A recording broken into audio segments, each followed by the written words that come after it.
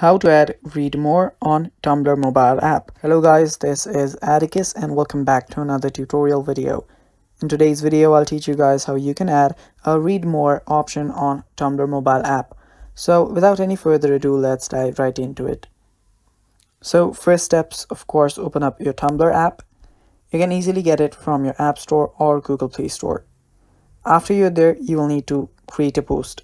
So to create a post, simply tap on this the plus or the pen icon that is on the bottom right corner, and now start creating a post.